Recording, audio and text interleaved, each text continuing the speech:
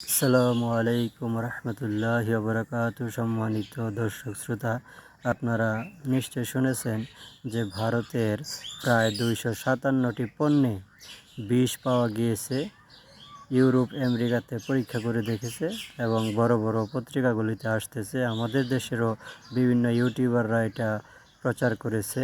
তা আপনারা ভারতীয় পণ্য ব্যবহার করার ব্যাপারে অবশ্যই সতর্ক অবলম্বন করেন এবং অ্যাভয়েড করে চলবেন।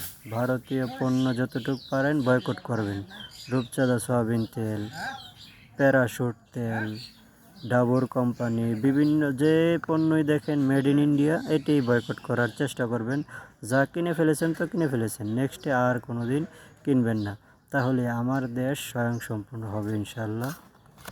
দেখেন, সীমান্তে প্রায়শই মানুষ মারে, বিশ্বের আর কোনো সীমান্তে এমনভাবে মানুষ মারে না।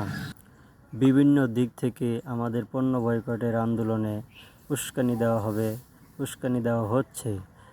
আমাদের আন্দোলনকে ঠেকানোর জন্য বিভিন্ন ইস্যু তৈরি করা হচ্ছে।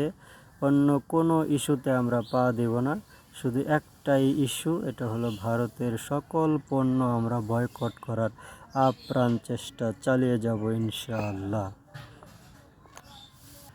কেবলমাত্র ভারতের পণ্য বয়কটের মাধ্যমেই আমাদের রাজনৈতিক মুক্তি, দেশের স্বাধীনতা, সার্বভৌমত্ব রক্ষা, ইসলাম, ঈমান, আকীদা সব ঠিক হওয়া সম্ভব ইনশাআল্লাহ। আসুন আমরা সবাই ভারতের পণ্য বয়কট করি। আমি করেছি, আপনি করবেন ইনশাআল্লাহ। আসসালামু আলাইকুম ওয়া রাহমাতুল্লাহি ওয়া বারাকাতুহু।